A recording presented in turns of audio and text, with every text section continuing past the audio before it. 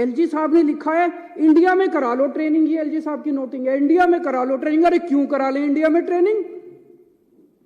हम कम हैं किसी से? गरीबों के बच्चे कम हैं किसी से? गरीबों के बच्चे हैं तो इंटेलिजेंट नहीं है क्या? क्यों करा ले? हम तो अपने बच्चों को फिनलैंड भेजेंगे। पूरी दुनिया में सबसे अच्छी शिक्षा फिनलैंड के अंदर मिलती है, सबसे अच्छी, ये सबको पता है। फिनलैंड पूरी दुनिया में शिक्षा में नंबर 1 है, और उसमें भी जो नंबर 1 यूनिवर्सिटी है उसमें भेज रहे हैं हम। पूरी दुनिया में जो नंबर 1 है हम तो भेजेंगे सर। दिल्ली के लोगों का पैसा है, टैक्स का पैसा है दिल्ली के लोगों का, टैक्स के पैसे से, दिल्ली के टैक्स के पैसे से भेज रहे हैं। लोगों का पैसा, लोगों के बच्चे, अपने पैसे से लोग अपने बच्चों को ट्रेनिंग के लिए भेजते हैं। ये वो क्या कहते हैं, पराए घर में अब्दुल्ला दीवाना, ये एलजी कौन हो गया है? बेगानी शादी में अब्दुल्ला दीवाना, ये एलजी कहां से आ गया? कौन है एलजी? कहां से आ गया एलजी? किस बात का एलजी? कौन एलजी? कौन लेफ्टिनेंट गवर्नर? हमारे सर पे बैठ गया आके लेफ्टिनेंट गवर्नर। अब वो तय करेंगे कि हम अपने बच्चों को कहां पढ़ाएंगे। कुछ इस अंदाज में दिल्ली के मुख्यमंत्री अरविंद केजरीवाल ने आज दिल्ली विधानसभा में एक बहुत ही आक्रामक भाषण दिया। अरविंद केजरीवाल इस बात से नाराज हैं कि दिल्ली के उपराज्यपाल आपत्ति लगाकर दिल्ली सरकार के सरकारी स्कूल के टीचर्स का फिनलैंड में होने वाला जो ट्रेनिंग प्रोग्राम है उसको रुकवा रहे हैं।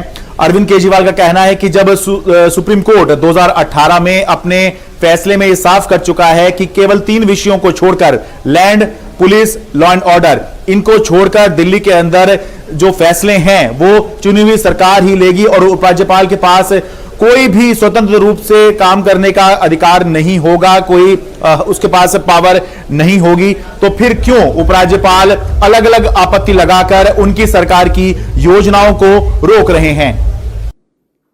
मैं जब एलजी साहब से मिलने गया अभी 3 दिन पहले, तो मैंने ये पढ़ के सुनाया उनको। मैंने कहा सर सुप्रीम कोर्ट ये कह रहा है। कहते हैं हाँ सुप्रीम कोर्ट की अपनी राय हो सकती है। सर अध्यक्ष महोदय, इसके बाद मेरे पास कुछ कहने को नहीं बचा था। इतने बड़े संवैधानिक पोजीशन के ऊपर बैठा हुआ व्यक्ति अगर ये कहता है कि सुप्रीम कोर्ट का ऑर्डर, सुप्रीम कोर्ट की राय हो सकती है, मैंने कहा सर आप जो ये कह रहे हैं ना, ये सुप्रीम कोर्ट का कंटेम्प्ट है। आप ऐसा नहीं बोल सकते। सुप्रीम कोर्ट का आदेश कानून है इस देश का, सुप्रीम कोर्ट का आदेश बाइंडिंग है इस देश के ऊपर, इस देश के हर नागरिक के ऊपर। बोले नहीं, मैं बोले संविधान में लिखा है कि एलजी एडमिनिस्ट्रेटर है, एडमिनिस्ट्रेटर का मतलब शासक होता है, तो मेरे पास सुप्रीम पावर्स है, मैं कुछ भी कर सकता हूं। इसके बाद में क्या कहता, फिर उन्होंने कहा कि मैंने मना थोड़ी किया है। मैंने कहा जी 2 बार आपने वापस भेज दी फाइल, 2 बार आपने लिखा। क्या लिखा? पहली बार लिखते हैं मुझे ये बताया जाए कि क्या डीओपीटी की गाइडलाइंस का पालन किया गया। ये जिस यूनिवर्सिटी में भेज रहे हो, इस यूनिवर्सिटी ने और कौन कौन से कार्यक्रम कराए, इससे क्या ऑब्जेक्टिव हासिल होगा। अरे मैं मुख्यमंत्री हूं, मैंने देख लिया यार सारा।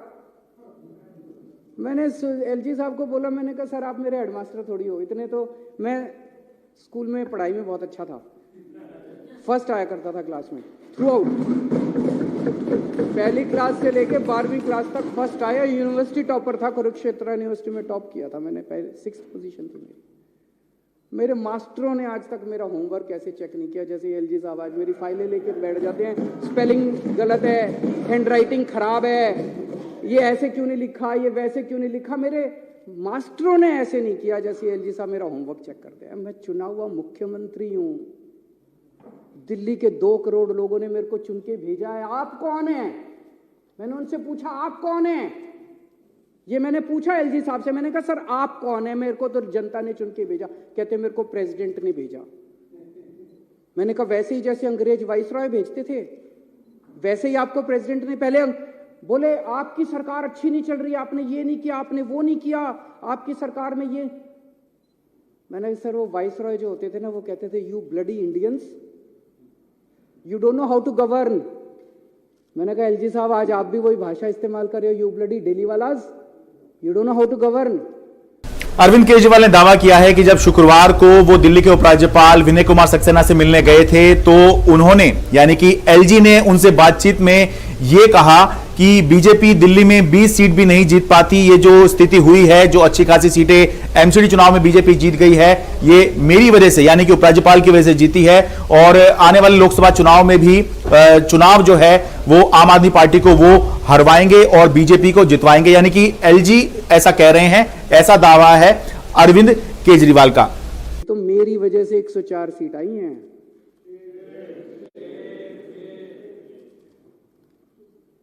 ये तो मेरी वजह से 104 सीट आई हैं, तो इसका मतलब जानबूझ के सारी पेमेंटें रुकवाई थी। बोले अब देखना तुम्हारी 7 की 7 सीट लोकसभा में बीजेपी की आएंगी और अगली बार तुमको मैं चुनाव नहीं जीतने दूंगा विधानसभा का।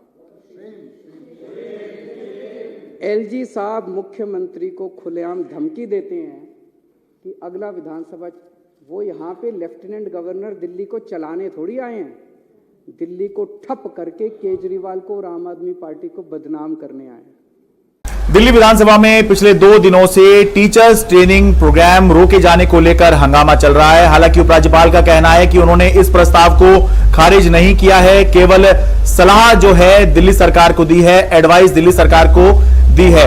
वहीं मुख्यमंत्री अरविंद केजरीवाल का कहना है कि अगर उन्होंने ऐसा नहीं किया है, इस प्रस्ताव को खारिज नहीं किया है, योजना पर रोक नहीं लगाई है, तो उपराज्यपाल लिख कर दे दें कि योजना मंजूर है तो सारी बात ही खत्म हो जाएगी।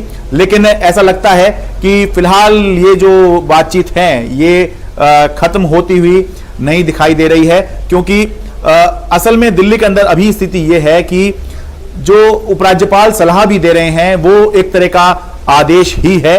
और जब तक ये जो उन्होंने सलाह दी है और जिसको सरकार जो है वो ऑब्जेक्शन कह रही है, जब तक इन मसलों का निपटारा नहीं हो जाता है तब तक या तो ये निपटारा हो जाए या फिर उपराज्यपाल खुद ये कह दें कि ठीक है आप ये जो सलाह है ये आगे मान लीजिएगा, अभी अप्रूव्ड है। तब तक जो है ये जो योजना है जिसके तहत दिल्ली सरकार के सरकारी स्कूलों के टीचर्स को फिनलैंड में ट्रेनिंग के लिए भेजने का प्रोग्राम है, तब तक ये जो प्रोग्राम है ये खटाई में ही रहेगा।